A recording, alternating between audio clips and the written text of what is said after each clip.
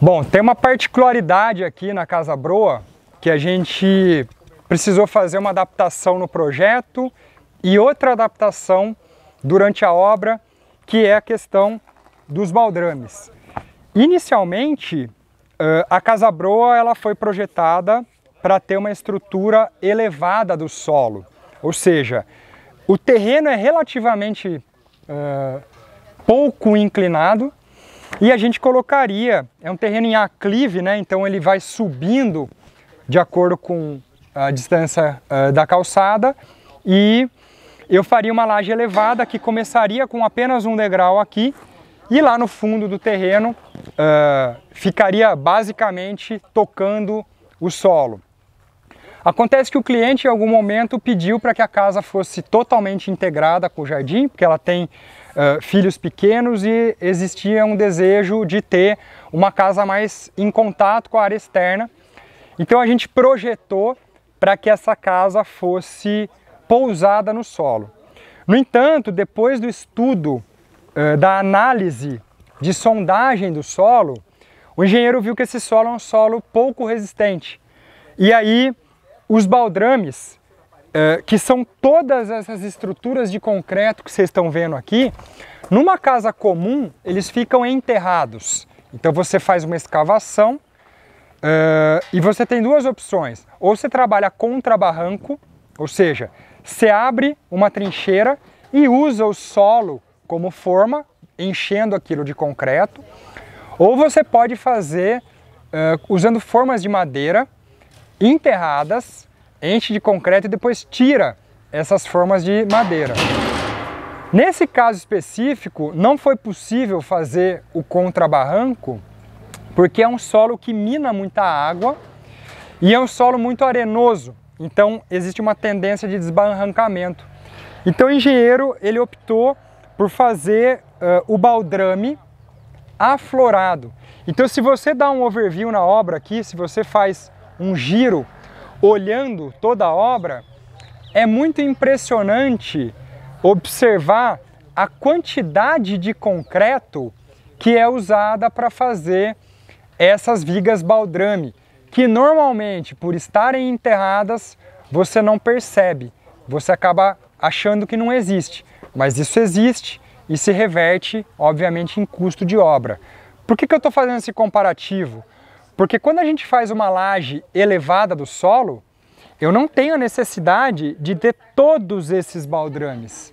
Eu tenho sim uma laje, e aqui vai ser só um contrapiso, mas eu não tenho a necessidade de ter todas essas vigas aqui que estariam enterradas. Por isso que eu uso vigas metálicas para suspender a laje, e nesse caso específico não foi possível fazer por conta de uma peculiaridade do solo. E agora eu vou perguntar para o engenheiro aqui algumas coisas que foram planejadas para a gente não ter corte na viga baldrame. Diga. O Jonathan tá dando uma aula aí para o pessoal do escritório. Eu tô, como é que fala? Eu tô me ajudando aqui, explicando para eles como que a Rebeca faz muita pergunta difícil. Rebeca, o que você perguntou? Eu tava perguntando para ele como que ele ia fazer a parte da elétrica e da tubulação nessa casa, que é diferente da casa salto, porque aqui a gente tá tendo a viga baldrame. Ah, é isso que eu acho que é essa pergunta que eu vou fazer agora. Dos canos? Também. E daí ele vai subir aqui ainda por cima, né? Ele tem mais 10 centímetros para subir, ele vai estar fazendo essa passagem aqui antes, então ele vai fazer. Isso, é mais ou menos, nem foi combinado, mas acabou. Então assim, Jonathan, pegando o gancho da Rebeca, tem uma coisa que para mim é bastante incômodo, que não raras vezes, para não dizer sempre, você faz o baldrame, nivela o baldrame, como é que chama aquela fiada de tijolinho que vem por cima? Embasamento da alvenaria em cima do baldrame. Sim. Tá tudo pronto, nivelado, impermeabilizado. Sim. Aí vai entrar o pessoal da elétrica e hidráulica fazendo o quê? Cortando tudo. Cortando tudo para passar. Aqui a gente vê que me parece que isso não vai acontecer. Não. Então, o que são esses caninhos aqui, ó? A gente... pode pegar, pode pegar.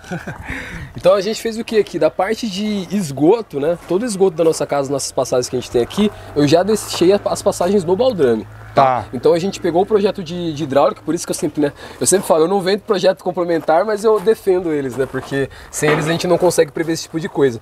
Então a gente pegou o projeto complementar, a gente marcou aqui na obra mesmo os pontos que a gente tinha, né? De passagens de esgoto, e eu já deixei todas as passagens já previstas no próprio baldrame para não acontecer isso que o Paulo disse. Porque normalmente o que acontece?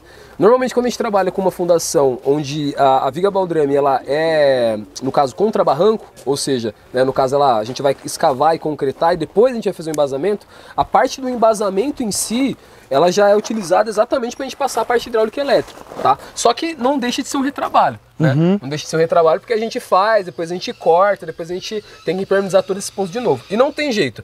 Quando a gente, no caso, faz uma impermeabilização depois da impermeabilização que foi feita atrás, a gente vai ter um ponto falho, um ponto que pode ser que a gente tenha um problema algum dia. Então aqui a gente já deixou toda a parte de esgoto prevista, né? É importante dizer que a gente ainda tem uma altura aqui que a gente vai subir da parte da nossa capa, do nosso concreto, né? Que a gente vai trabalhar aqui com piso polido.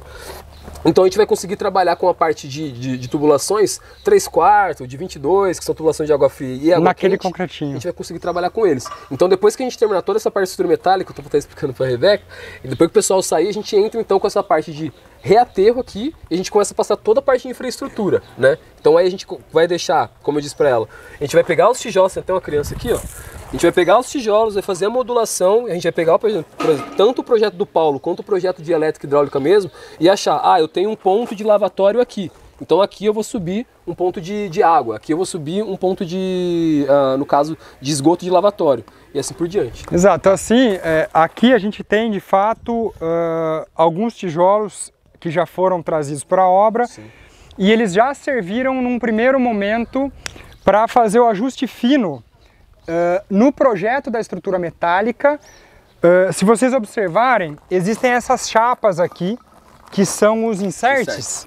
Os inserts metálicos que estão concretados na minha sapata e eles recebem o pilar metálico que não por acaso tem a mesma largura do meu tijolo, tá? Então isso é planejamento de projeto arquitetônico com o estrutural.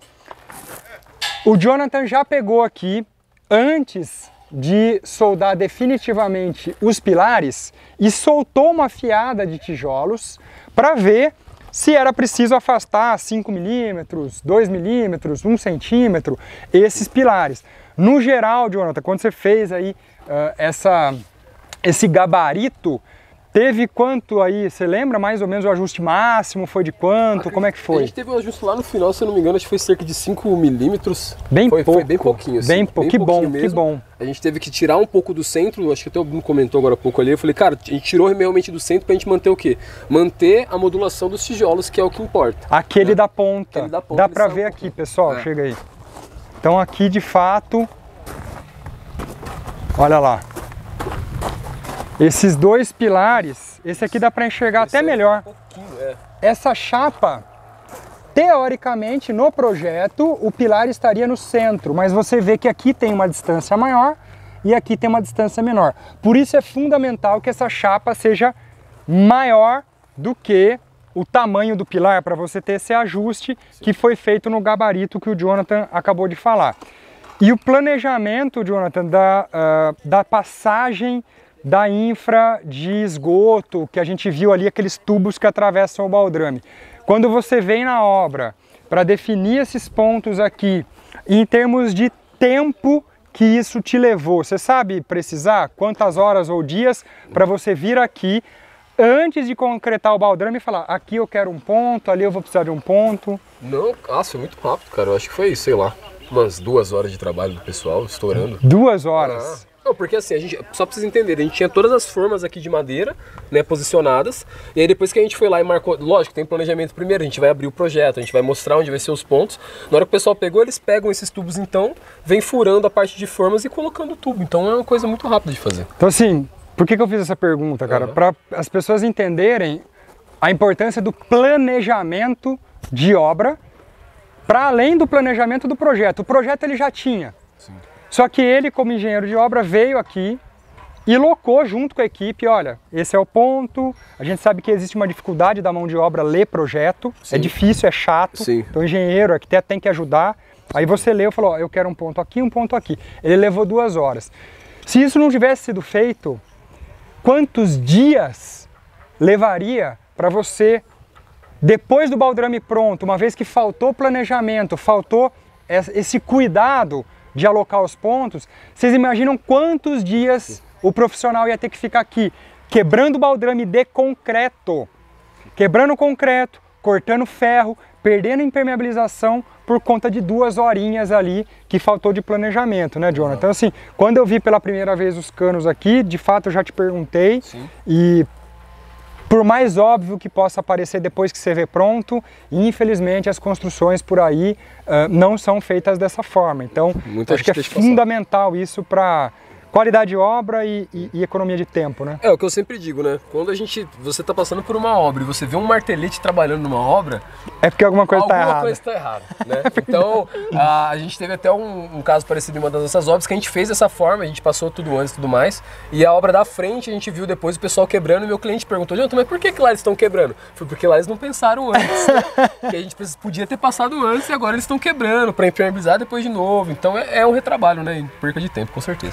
É isso aí. Então, assim, esse tipo de detalhe, sempre que tiver, a gente vai mostrar aqui para vocês, porque são macetes de obra, é um cuidado entre o projeto e a execução que vai levando o nível da construção para a gente ter obras menos artesanais, no sentido de não ter algo que é feito sob medida quebrando. Você tem um planejamento e aí isso reverte na qualidade e na velocidade da obra.